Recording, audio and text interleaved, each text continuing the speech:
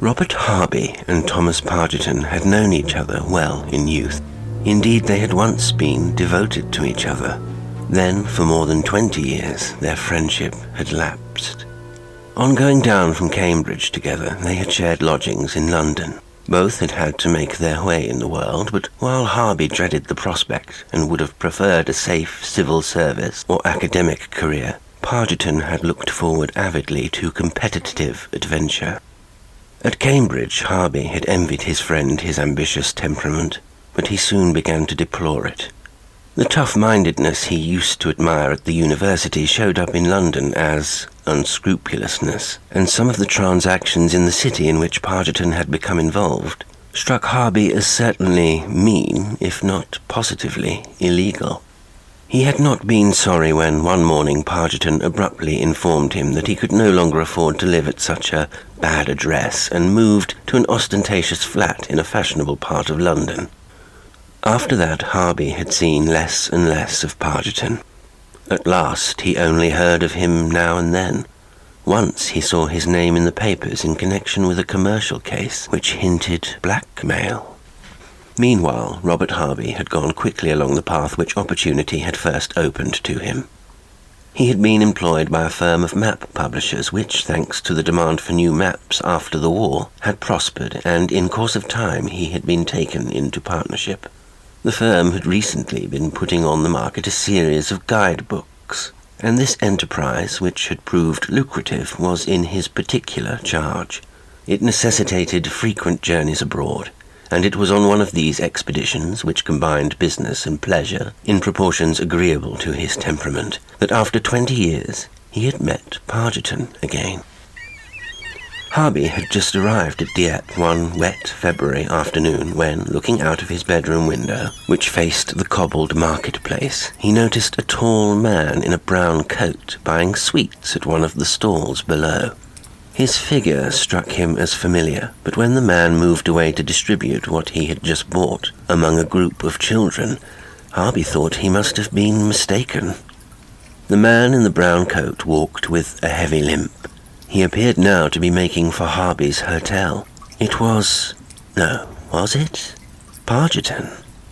The largesse of sweets Harby had just witnessed was not at all like Pargiton. Nor was it like him to be staying at a commercial hotel, rather than at one of the glittering palaces on the seafront. And Pargiton was not lame. Still, in spite of that, in spite too of that painful hitching gait, Harby felt sure that this was none other than his old friend. But it was curiosity rather than eagerness which the next moment made him descend the corkscrew stairs to meet him. Although he could not see the face of the man who had just entered, for the hall of the hotel was a mere passage and only lit by the open door, he went straight up to him and addressed him by name. It was Pargiton, and Pargiton was glad to see him. Pathetically glad, so Harby reflected late that night while he undressed.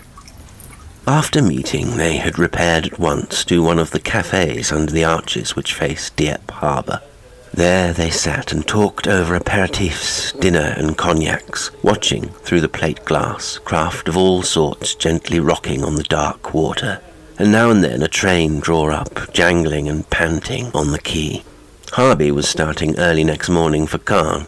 Meanwhile, for the sake of his company, Pargiton contentedly allowed the New Haven boat to depart without him into the night. Reviewing their conversation in the train next day, Harby was surprised to discover how little, after all, Pargiton had told him about the last 20 years. By tacit consent, they had gone back to their pre-London memories, and Pargiton had touched him a little by saying, "I have always associated you with my better self," adding, "Now I have found you again, I don't mean to let you go." His career had apparently been checkered, till he inherited about 2 years ago his elder brother's fortune and tea-broking business. Harby had also gathered that Pargiton's brother had been engaged to a widow at the time of his death, and that the widow's son was now being educated at Oxford at Pargiton's expense, and that it was his intention soon to hand over the business to him. He had not spoken of his brother directly, but Harby gathered that it was not compulsion but loyalty which was actuating him in these matters. This rather astonished Harby, for it came back to him that the brothers had been very indifferent in old days. "My ass of a brother" was a phrase which he remembered had often been on Pargiton's lips. Harby would have supposed that he was probably in love with the widow, had not a question elicited the fact that he had never seen her. As for his lameness, one leg was decidedly shorter than the other. About that too, Pargiton had been decidedly laconic. He had had a fall on the ice and smashed his thigh near the hip joint. What was past was, thank heaven, past. He had suffered incessant and awful pain for 9 months. Now his leg only troubled him sometimes. He was living in a little house at Greenwich to save money, as he would soon have to give up the business to the boy. Harby must come to see him often, very often. He was lonely and hated new friends, but old friends were different. It was at this point in their talk that Pargiton had touched him by saying, with an almost frightened earnestness, "I have always associated you with my better self." He was certainly changed, very much changed. Harby's tour in France lasted some months, during which he had several letters from Pargiton. Near the end of the time, a telegram announced that Pargiton would join him at once, but it was followed next day by another. "All well, no need to bother you now. Look forward to your return." Harby had no idea that Pargiton had ever had any need of him. Perhaps he had missed a letter while on the move. 2 days later he received one, which, though it mystified him still more, at least cleared up that point. "Dear Robert, I'm afraid you must have thought from my last letter," so there had been another letter, "either that I was making an absurd fuss about nothing, or that I was going off my head. I wrote in great agitation. The fact is, I have experienced symptoms of the same kind before, but never so late in the year. January is my bad month, and I thought it was well over, when I suddenly discovered that someone had been marking my books. An annoyance which preceded last time that feeling of never being alone which I told you in my last letter I dreaded. I happened to take down Newman's Apologia. He has changed, thought Harby.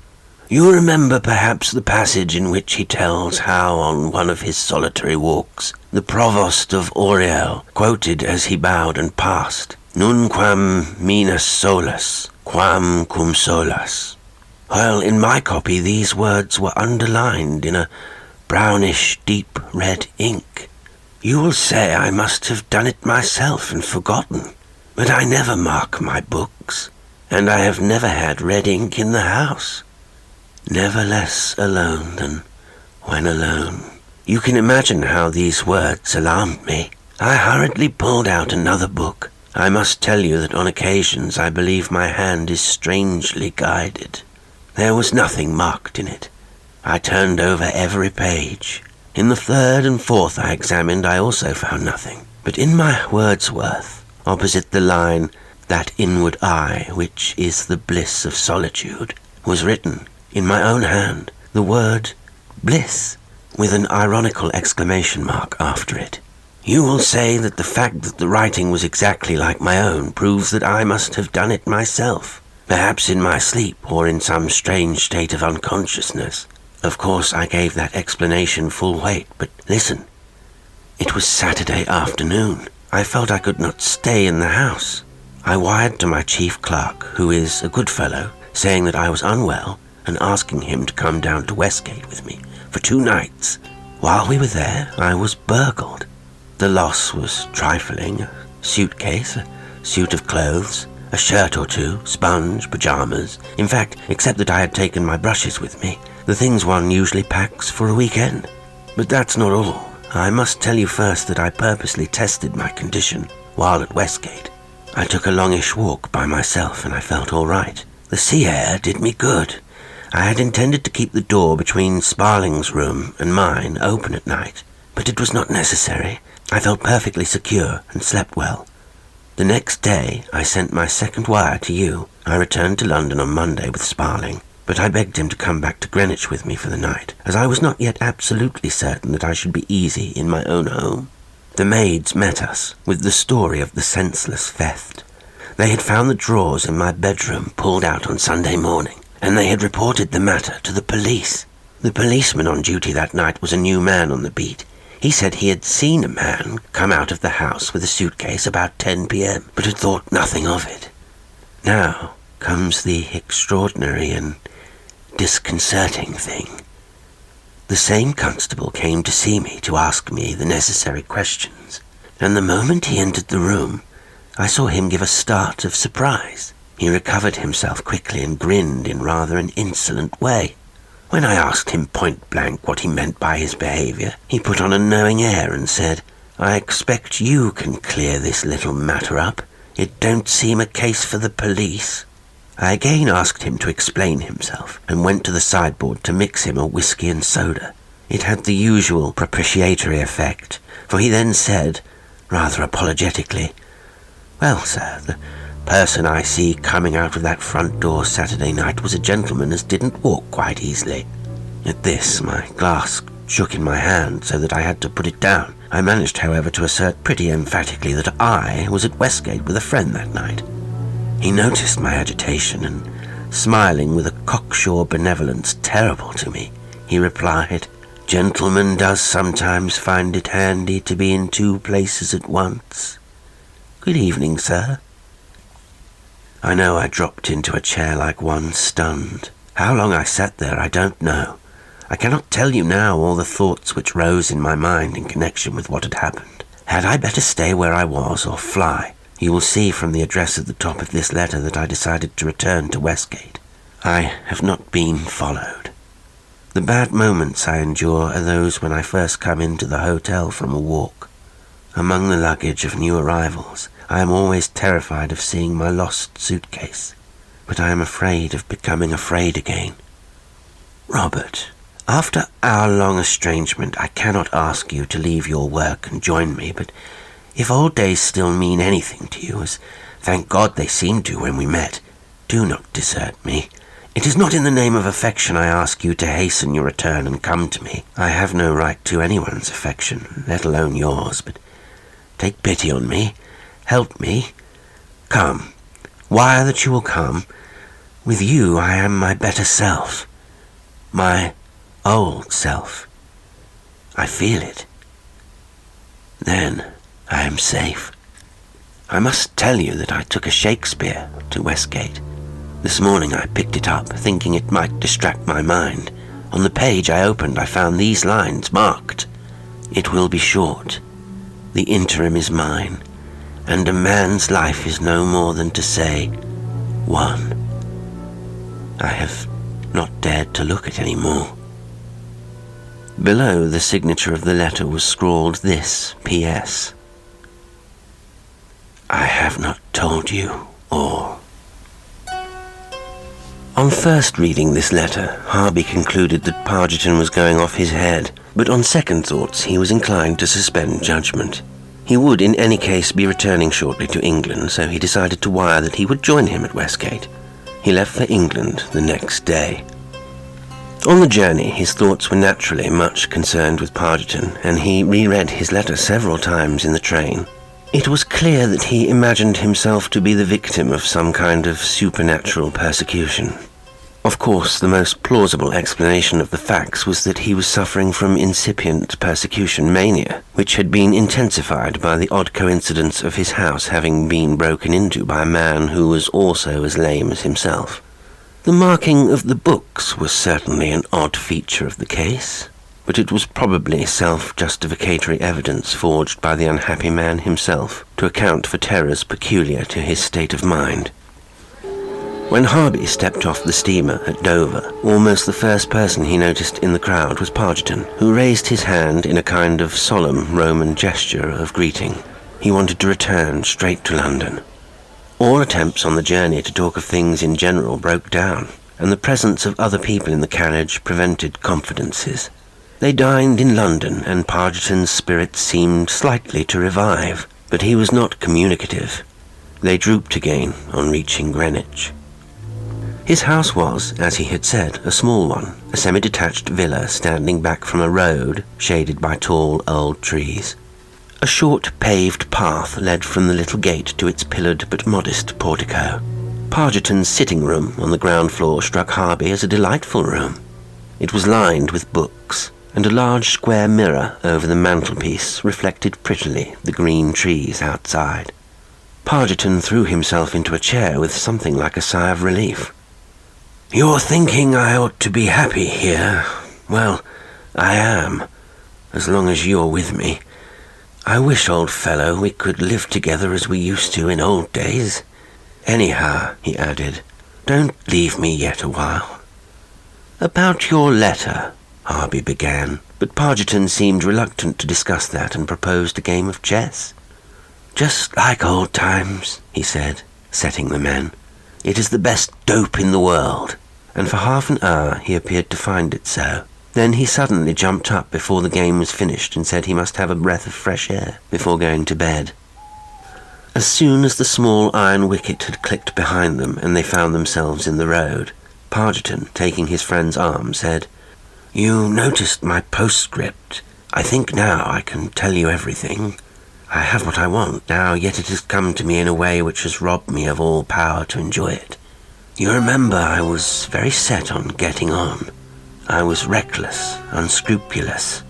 I was also a failure. Do you remember my brother? No, of course you don't, but you must remember my talking about him. It was his death that saved me. I never cared about him, but I wish he hadn't died." He stopped speaking, and for some time they walked on in silence up the road, towards the open heights of Blackheath. My trouble, which I wrote to you about is, I'm certain, and yet I am not. My brother was drowned. Did you see anything about it in the papers? Skating on the lake at his place in the country. I was with him at the time. It was terrible." They had now emerged from the avenue into the open moonlight, and the road lay white before them.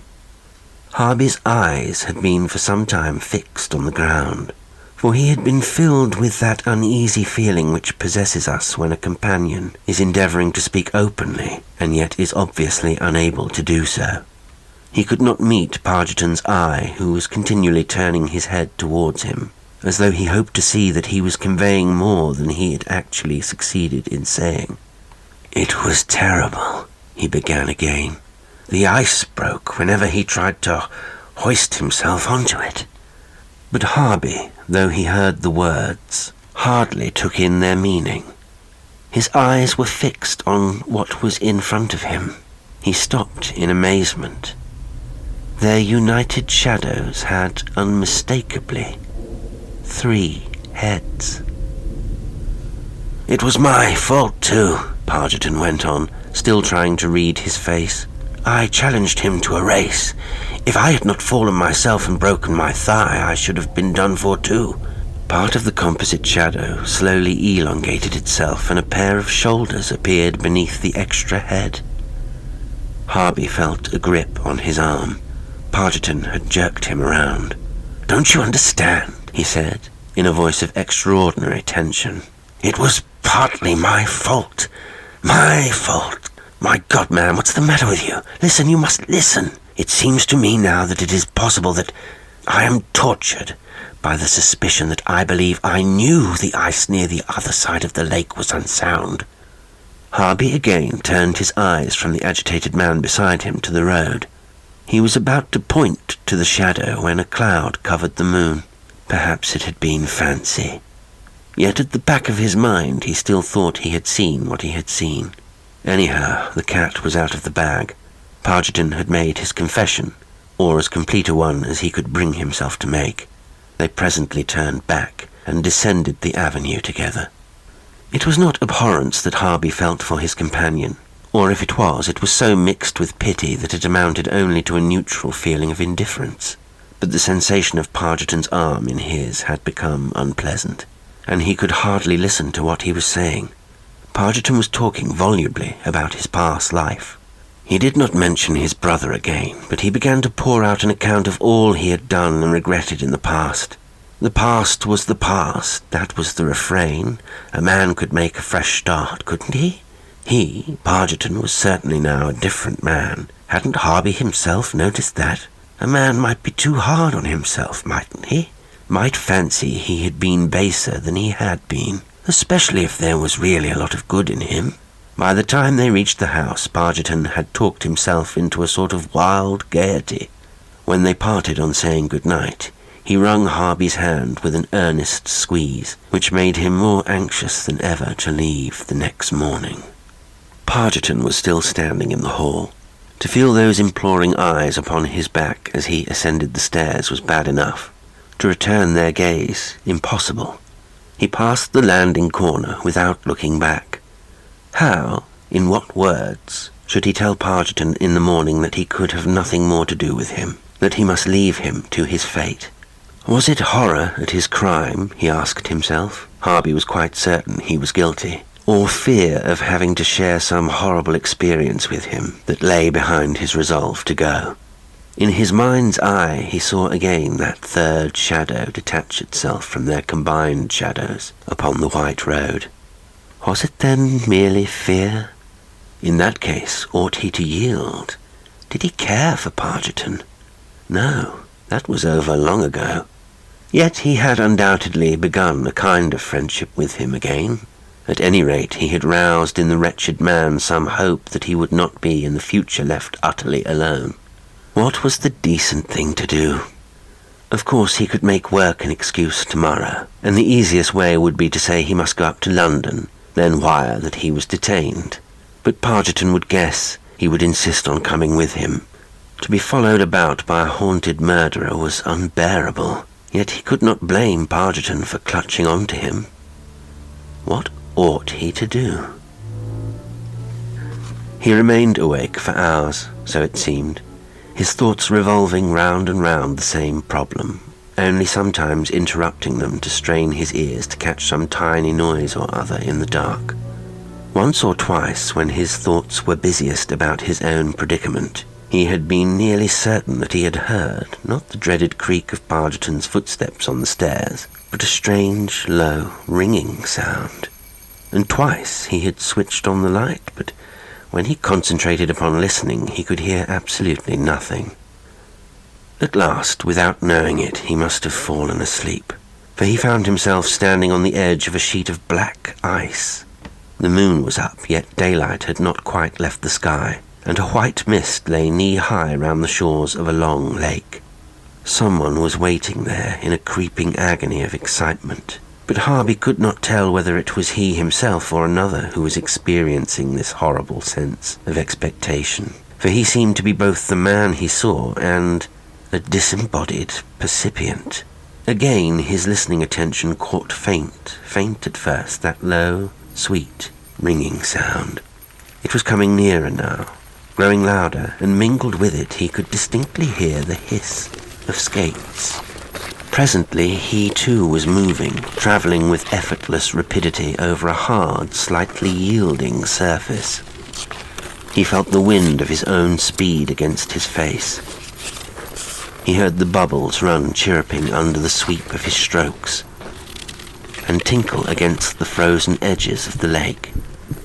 He felt the ice elastic beneath him, and his chest oppressed by a difficulty in breathing, which was also somehow indistinguishable from a glow of triumph. Suddenly, from the mist in front of him, he heard a crash, a cry. The echo seemed to be still in the room when, with flying heart and shaking hand, he touched the switch of his lamp. His door had been thrown violently open, and in the doorway stood Pargiton. He was still fully dressed, but Harby only noticed his face. The stricken man stood with his mouth a little open, swaying slightly. Harby went up to him, took him by the hand, led him to the bed and made him lie down, but neither spoke, till Harby tried to disengage his hand and said, "I'll go and fetch a doctor." Pargiton, who was lying motionless with open mouth, staring at the ceiling, rocked his head twice upon the pillow, and without moving his lips, breathed out the words, "No use." "What's your maid's name? I'll call her." Harby felt the grasp upon his hand tighten. I'll shout for her," he added, "and tell her to fetch some brandy from downstairs." "She mustn't go into that room," Pargiton breathed again. "All right, but what's her name?" Bertha!" Without changing his position by the bed, Harby began to shout her name. It required a considerable effort of courage to raise his voice, but presently 2 startled women with outdoor coats over their nightgowns appeared. Harby took the situation in hand. "I want you both to dress at once and go together to the nearest doctor. Your master has been taken ill, and tell him it's a heart case. No, tell him the patient is in bad pain. Tell him anything, to come prepared for anything. Restoratives, sedatives. Quick!" A few minutes later, the closing of the front door sent a shiver through Pargiton, and the next half-hour was the most painful vigil in Harby's life. For some time the sick man lay still. Then he raised the forefinger of his disengaged hand as though he were listening, or bidding his companion listen, while his face became festered with terror. Presently he sat bolt upright, staring into the passage. Harby wrenched away his hand and jumped up to shut the door. As he crossed the room, the thought leapt at him that it might not shut, not quite.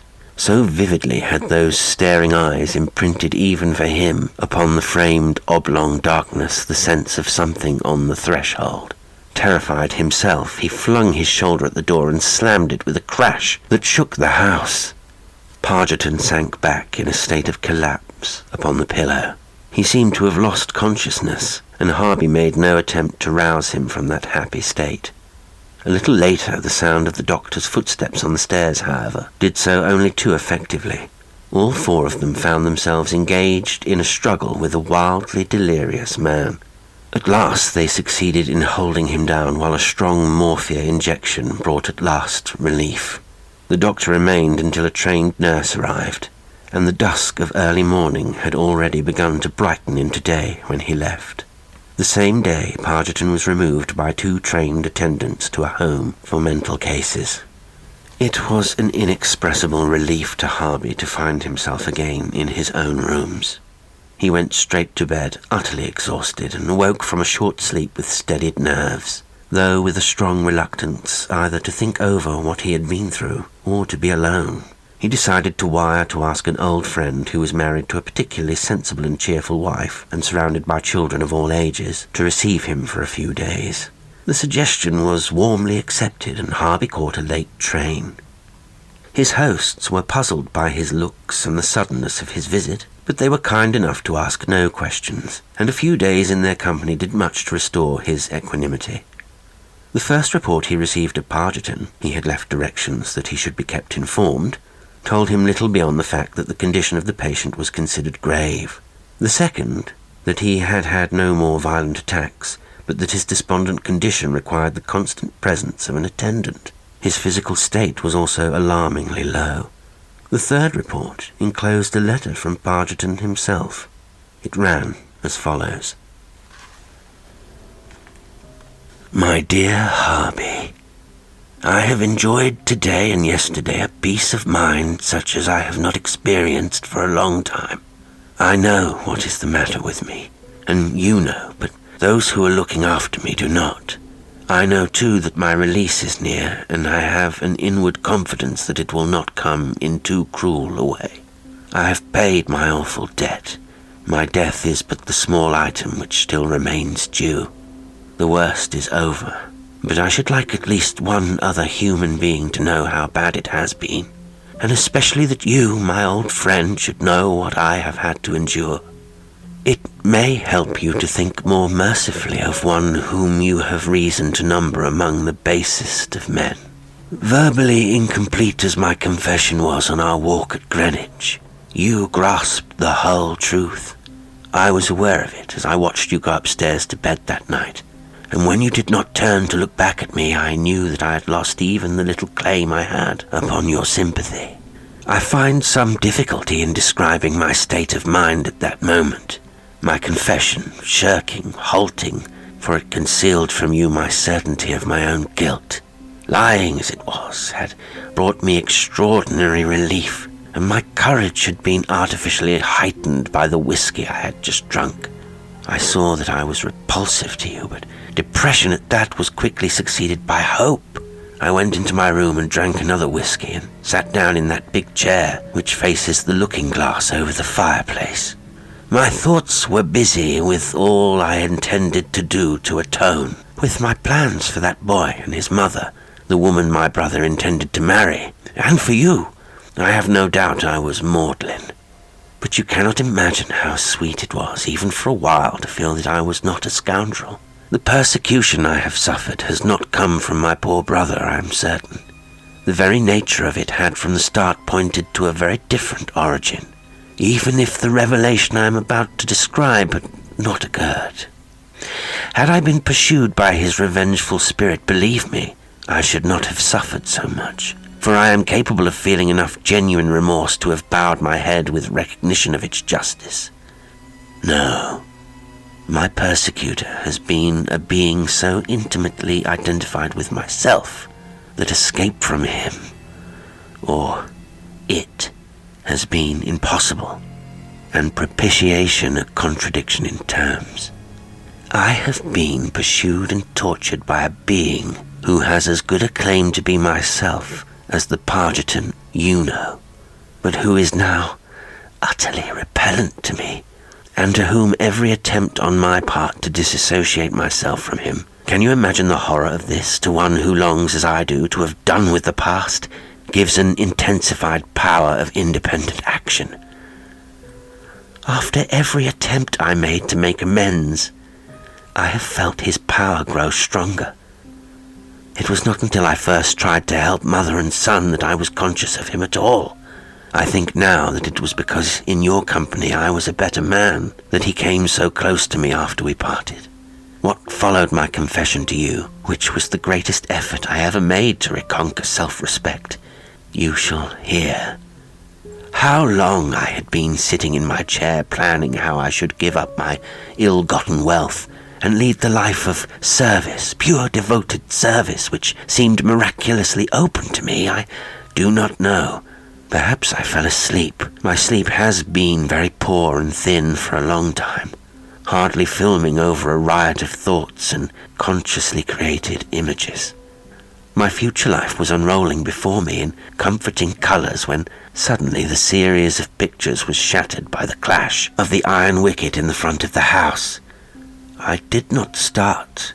My newfound happiness was too strong upon me, though the thought occurred to me that the hour was singularly late for anyone, and who could it be, to come to see me? It was the next sound which set my heart thumping. Someone was approaching up the stone path to the porch. Now, a lame man learns to know well the rhythm of his own footfalls, especially if he walks alone as often as I do.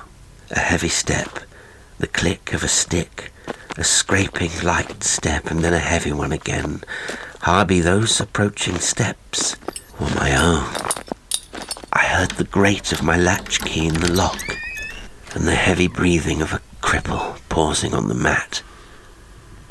2 lurching steps would bring him, I knew well, within reach of the handle of the study door, and from it I could not take my eyes. I tried to cover them, but I could not move my hands.